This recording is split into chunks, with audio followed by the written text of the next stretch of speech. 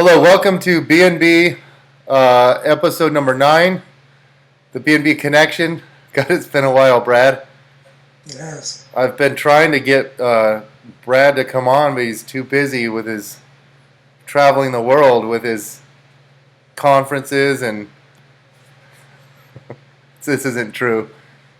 Brad's usually bugging me, but anyway, today we have a unique episode. We're going to just discuss some of the research that we've been doing, that my lab has been doing. Some of the glute lab, yeah. you see glute lab on all the peer-reviewed research now, right? No, it's all done in Brad's lab, but I'm always happy because Brad and I, we talk about these studies, and then he does all the work, and then I'll look over it, give my 2 cents, and then I'm on the paper with him. So, but we actually have a long list of, whenever you do one of these studies, 3 more pop up that you want to do. It's like, research is never ending. So hopefully when I finish my PhD, we'll just keep cranking, because I'll have a lot of good sports science technology, and he has his lab, and I'm actually amassing a decent little lab myself. I've got to make a couple more big purchases, but anyway, so today's episode, we're going to discuss 5 different papers, if we have time, that we haven't, and 3 of them are published. One has been accepted, right, Brad? And then one of them is in review. But so I'll be able to link 3 of the 5 in the blog post, but in time, all 5 will hopefully be up. Well, I know one of them will for sure. The other one I can't see not being published, but you never know with peer reviewers. Anyway, the first article looks at bodybuilding versus powerlifting. Brad, what's the title? Title is Effects of Different Volume-Equated Resistance Training Loading Strategies on Muscular Adaptations in Well-Trained Men. That is a mouthful. Okay, and that was accepted back in April of 2014 of this year. And how many subjects were there, Brad? Well, we started with 20. We ended up with 17. There was 9 in one group and 8 in the other group. And how many years of experience do they have? Around a little over 4 years resistance training experience. So these were experienced subjects. Now, what did you put one through more of a bodybuilding type oriented program and one through more of a powerlifting? What were the parameters with the bodybuilding versus powerlifting?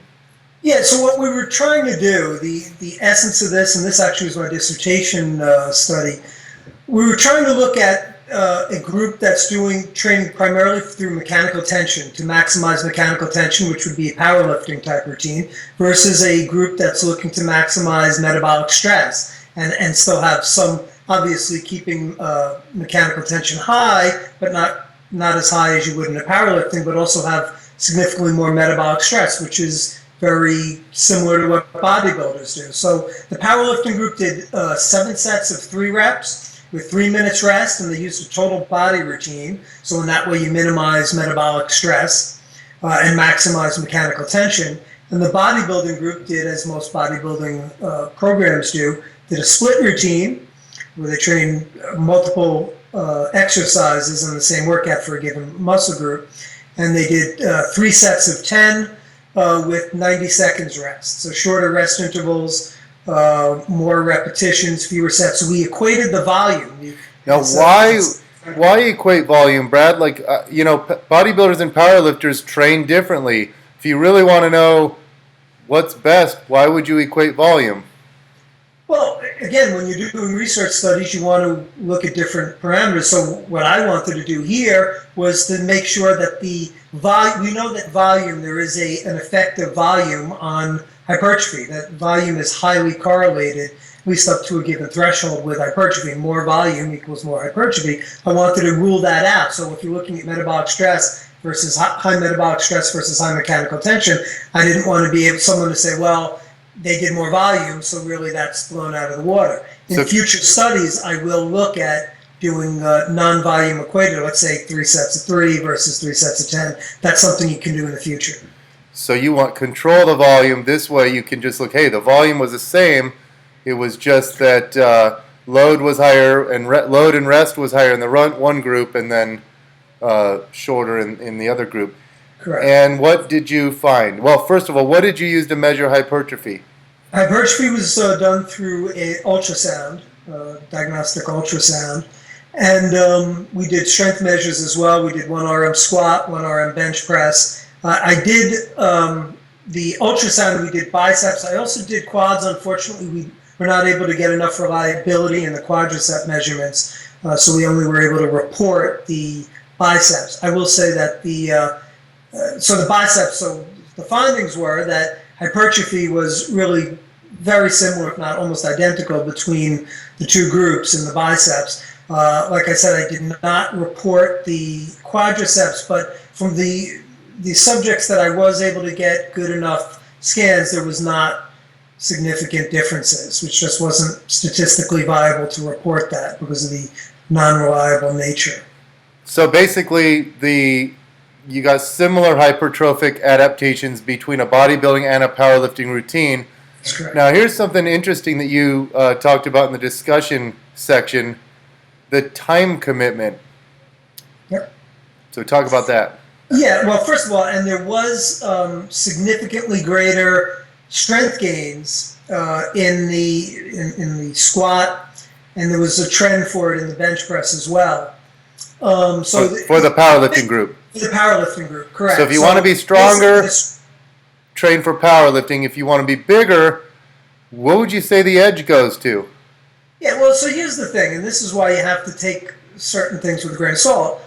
So we showed mechanistically that the metabolic stress, or at least this is what I infer from it, that metabolic stress versus mechanical tension, that really they kind of cancel each other out, that instead of being synergistic and additive, where my theory originally was that, hey, if you keep mechanical tension high and then you increase metabolic stress, it'll have an additive effect. At least seems from this study that is not the case, that if volume is equated, that they kind of cancel each other out, that if you have lower mechanical tension with greater metabolic stress, it'll come up to the level of the metabolic stress, of the mechanical tension. However, as you just mentioned, there are some caveats. Number one, the commitment in time took 70 minutes for the powerlifting group. It was 17 minutes for the bodybuilding group. So ultimately, as I mentioned before, that increasing volume is extremely important, at least up to a certain point in hypertrophy. You just wouldn't have been able to do enough volume, add on enough exercises for a total body routine. We were only able to do chest, back, and quads and glutes, basically. So we're very limited in the number of exercises that can be included because of the constraints put on. For a true hypertrophy routine, it would take 3 hours to go through that in a powerlifting type fashion. You couldn't add enough volume in to equate that. So what's nice is that 70 minutes of powerlifting versus 17 minutes of bodybuilding routine gets similar levels of hypertrophy. So people who are in a time crunch, they can do higher reps, low rest periods, and get similar levels of hypertrophic gains. To me, that's important to know. But if you're going for strength, you have the ability. So here's the other caveat, though, is that three of the subjects that got injured were, the two subjects that got injured were in the powerlifting group, and every one of the powerlifting subjects on exit interviews said they were toast. That basically, they needed a deload, and they just were ready for a different type of routine. They were really at their end. And the bodybuilding group, all to a man, said they were ready to train with more volume. Which is interesting because in an upcoming study that we'll talk about, the 30 rep wasn't the opposite was the case. The high rep group was. That's a story for a different day. But just sticking with this one. So right. The bottom line here is that really if your goal is pure hypertrophy, the hypertrophy range really is a valid range, mostly because it's just an efficient strategy to achieve hypertrophy within a given time frame and within the constraints of volume. Yep. If you've got 20 minutes to train, the most effective way is through, typical bodybuilding parameters: higher reps, low rest periods.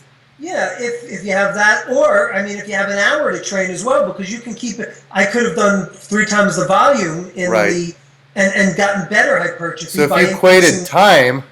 if you equated time and not volume, That's the correct. bodybuilding group would have seen better results. That's correct. And on the other side, if your goal is pure strength combination, then the powerlifting did see better strength gains. I will say that if you look at the numbers, while it was statistically greater, and if your goal was just to maximize strength, yes, the powerlifting group did see better gains, but the bodybuilding style group did see very good gains as well. It wasn't like they were they had poor strength gains. So while statistically significant means that it just doesn't occur by chance, that's important to know. The absolute values were not hugely in favor. It was a fairly decent amount, 3% or so greater, but certainly nothing that would say, wow, you're going to be weak if you're training in 10 reps. Okay, we're 10 minutes in, and we've only talked about one study because you've been blabbering way too much. Next study. What's the title, Brad?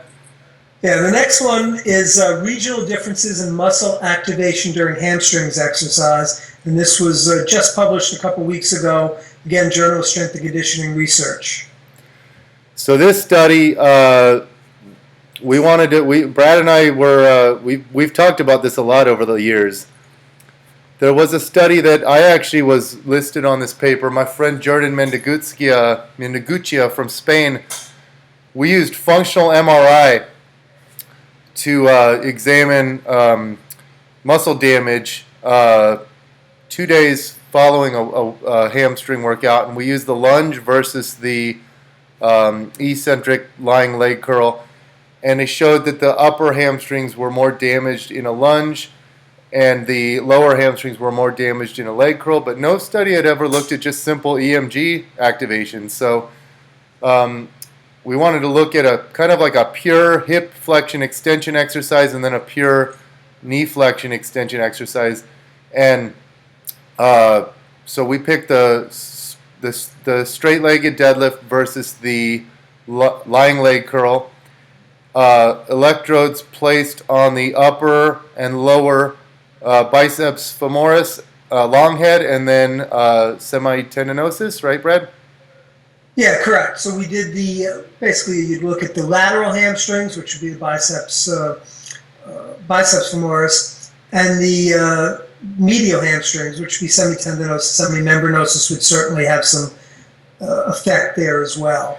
And our hypothesis, Brad, explain what our hypothesis was. Yeah, the hypothesis was that, so first of all, it should be noted that the hamstrings is a partition muscle. Certainly the semitendinosus, semimembranosus have been shown to be compartmentalized, where they're innervated by different nerves. They terminate, the fibers terminate intrafascicularly, whereas the biceps femoris, the long head, crosses the hip joint, whereas the short head does not. So there was certainly reason to feel that the leg curl and certainly you've also, Brad, you've got different length changes taking place. With the proximal fibers, the fascicles are longer and they shorten more than the distal fibers. So so our hypothesis was, go ahead. Well, that the stiff-legged deadlift would recruit more in the upper portion of the hamstring, and that the leg curl would have greater recruitment in the lower portion of the hamstrings. And was our hypothesis confirmed? In part it was. So the leg curl showed greater activity, substantially, markedly, and significantly greater activity in the lower aspects of both lateral and medial hamstrings, whereas the stiff-legged deadlift and the leg curl had approximately equal activity in the upper portion of the hamstrings. So that surprised me, Brad. I thought that the upper hamstrings would get worked more in the straight-legged deadlift, but this goes to show you the leg curl is a good hamstring exercise, and it would imply that like if people say just deadlift for hamstrings, that they'd be, if you did a long-term training study, a longitudinal study, would you predict, Brad, that a group that did just like volume equated deadlifts versus deadlifts plus leg curls, would you predict greater hamstring hypertrophy with the combined group? You talking about deadlifts or stiff-legged deadlifts? Well, I think one study showed activation between deadlifts and straight leg deadlifts is similar for hamstrings. But I mean, because in a regular deadlift, you're bending at both the knees and yeah, but it was a paper. I have the paper. It shows similar activation. Anyway, it doesn't really matter if it was RDL. I would certainly say, yeah. Look, one thing that clearly has been shown is that the squat and the leg press do not engage the hamstrings anywhere near to the extent that an isolated move does, like a leg curl or a stiff-legged deadlift. So certainly it's extremely important if you want well-developed hamstrings to have a complementary. I don't like to use isolated, but a single joint move where you're keeping the joint fixed at one end while training it at the other. And yes, I would say that you will see greater development. Now, one thing that's important. Real quick, Brad, this study indicates 2 single joint moves would be needed. Well, at least a knee flexion. A knee flexion would be needed if you wanted to maximize lower hamstring hypertrophy. But bear in mind, this isn't a hypertrophy study. This is an EMG study. You'd need a follow-up study to look at hypertrophy. And that's the point that I wanted to make, is that what we don't know, so certainly we're seeing greater activation. Whether that greater activation does translate into greater hypertrophy has not been well established. There is some research that, and we actually touched on this in one of our previous episodes, so there is some research that where the activation is occurring does correlate with greater hypertrophy. But in my view, that still needs to be developed more. Now, was that research with EMG or was it with MRI? It was with MRI, as I remember. That is correct. Wakahara did both studies, right? That's correct. But the MRI has been shown to correlate to EMGs. So. Yep, I agree. Okay, we got to roll. Next study. And next is one that I did with my good friend and colleague Menno Henselsmans, which is the effect of interset rest intervals on resistance exercise-induced muscle hypertrophy, just published ahead of print in the journal Sports Medicine. And this was a review paper. Just published ahead of print 2 days ago, right? A couple of days ago, yeah. And this was a review paper where we looked at the effect of rest intervals and whether it correlates to, whether shorter rest intervals, as usually is discussed, correlates to greater hypertrophy. And what did you find? That really is not the case. That certainly there is a logical basis, a theoretical basis where shorter rest intervals might contribute to greater hypertrophy, and that's basically because there's greater metabolic stress. There's also greater hypoxia, greater at least acute cell swelling. But it doesn't seem, at least in the limited number of studies, that is not actually panned out in practice. So what I will say is that the literature is very limited in terms of what the studies, the controlled studies. You'd think that this is something that's been well established. There really is only 2 studies that have directly looked at it, and there's some severe limitations within those studies. We just did a blog post on this. But that said, based upon what we can determine through the research, it would seem that my best I would say from looking at the research, my best analysis would be that if there is an effect, it would be small. And at least at this point, it doesn't seem that there is an effect. So from what we have. I'll tell you one kind of thing that I take home is that, so like with your classic hypertrophy paper about the 3 mechanisms, I think that it's wise to kind of combine both strategies. So, have an exercise where you do rest a little bit longer and really go for maximizing tension, and then have an exercise where you rest less and maybe do higher reps and really aim for maximizing metabolic stress and trying to get the pump and some cell swelling. And, to me that makes good sense, but that has not been shown either in the research, correct? That's never been looked at. So these are things, again, these are some limitations of research. So like I said, so one study, there's been 2 real studies that have been done that have done it in a controlled fashion. One looked at 2 minutes rest versus 5 minutes rest. Now, 2 minutes, you start to dissipate, a lot of the metabolic stress starts to dissipate as far as the buildup, and certainly your cell swelling, hypoxia. So is that a true effect like the classic bodybuilding 60 to 90 seconds? I'd say no. It was a good study, but there were limitations to that. In the other study, they used they used anthropometric measurements to look at hypertrophy, which is just a bad. I know they've said it was validated, but I've seen those types of analyses used, and it really does not equate very well.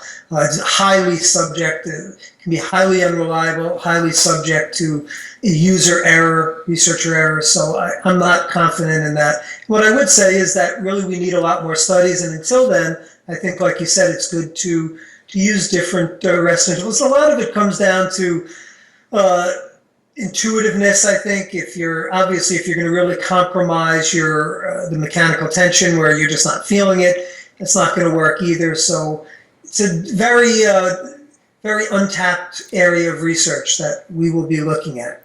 I think good lifters figure out a good. Yeah, I've got, and it depends what your goal is. If it's strength, obviously, I have got powerlifting friends. They rest 10 minutes in between sets. Well, strength is a different animal. I would certainly agree. But these guys are pulling 700 pounds and deadlifting 700 pounds. It's and they've been lifting a lot of years. The beginner probably doesn't need they're not as strong, but it also probably depends on the exercise. When you're doing a smaller mass exercise, your cardiovascular system recovers quicker, and probably if you were to have decreases in central drive or anything like that from the set before, that's going to recover a lot quicker. So again, that's what I like about using both strategies. But let's move along. We're 21 minutes in. Next is an electromyographic comparison of a modified version of the plank with a long lever and posterior tilt versus the traditional plank exercise. And this was just accepted in the journal Sports Biomechanics and should be published within the next couple weeks. But there isn't a link to it right now, huh? There is not, no. Yeah. So this one, Brad and I, we started this a long time ago. And this has been a pain in the ass to get published, and I don't know why. It's a really good paper. It's just funny, the publishing world is very unpredictable sometimes. You can have a paper that you think is a no-brainer, get rejected or take time to, and then you can have one that you're worried about that flies right through. But what is William Kramer's philosophy? Every paper will have the right home if you look for it, something to that effect. So you need to submit to different journals and keep cranking away. And we got this published. So one of the journals that we submitted to said that it's not relevant, and I'm going, this is very relevant. This is going to be a very popular article, but sometimes the people in the journal have their own interests, and it might not interest them. So anyway, describe the paper, Brad.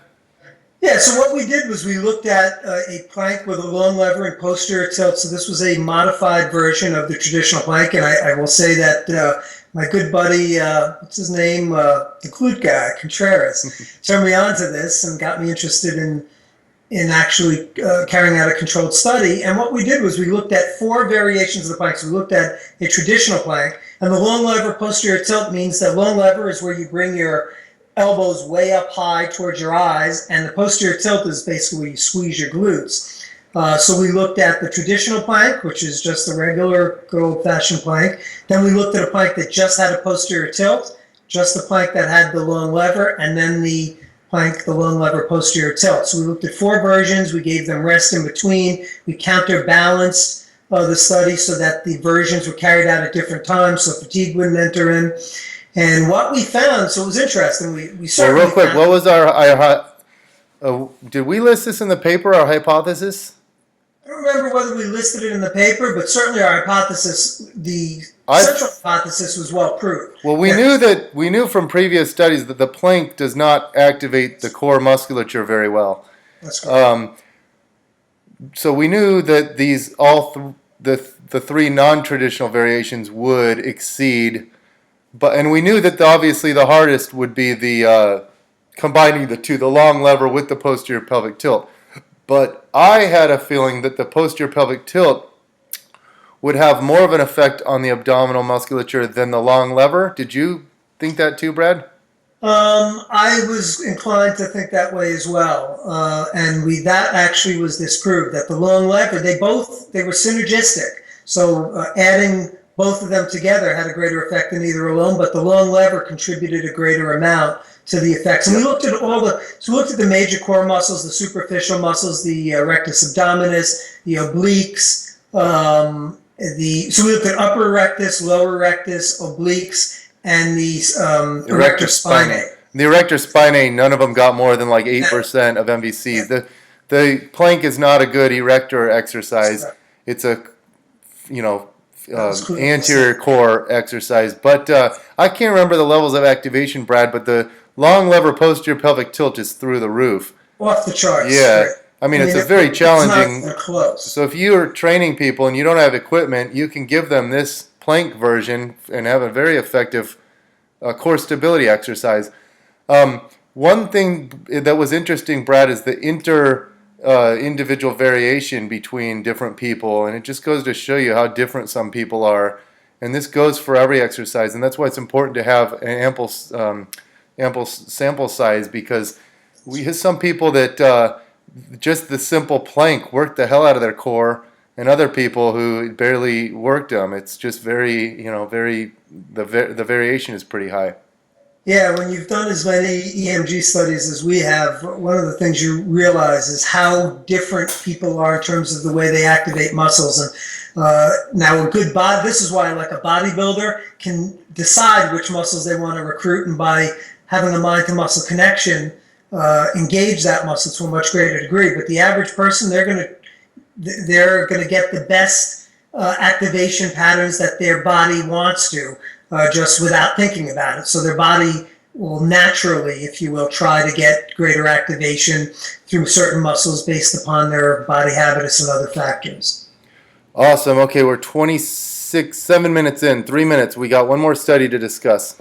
Yeah, and this one is currently in review right now, so we can talk a little about it, but it's muscle activation during low versus high load resistance training in well-trained men. Let's not tell where it's in review at this point, but it's at a major journal, and it's hopefully in the last, we've gotten comments back from the reviewers, which we've answered, and hopefully those it will be satisfactory. But you want to give a little insight into this? This was the leg press versus the 30 reps. 75% versus 30% loads. That's correct. We looked at vasties. What was it? Vastus lateralis, rectus femoris, vastus medialis, and then also biceps femoris. So we looked at 3 quad muscles and then 1 hamstring muscle. Well, and basically we did the leg press exercise, and we had one group do as many reps as they could with actually we didn't split them into 2 groups. They did both, right?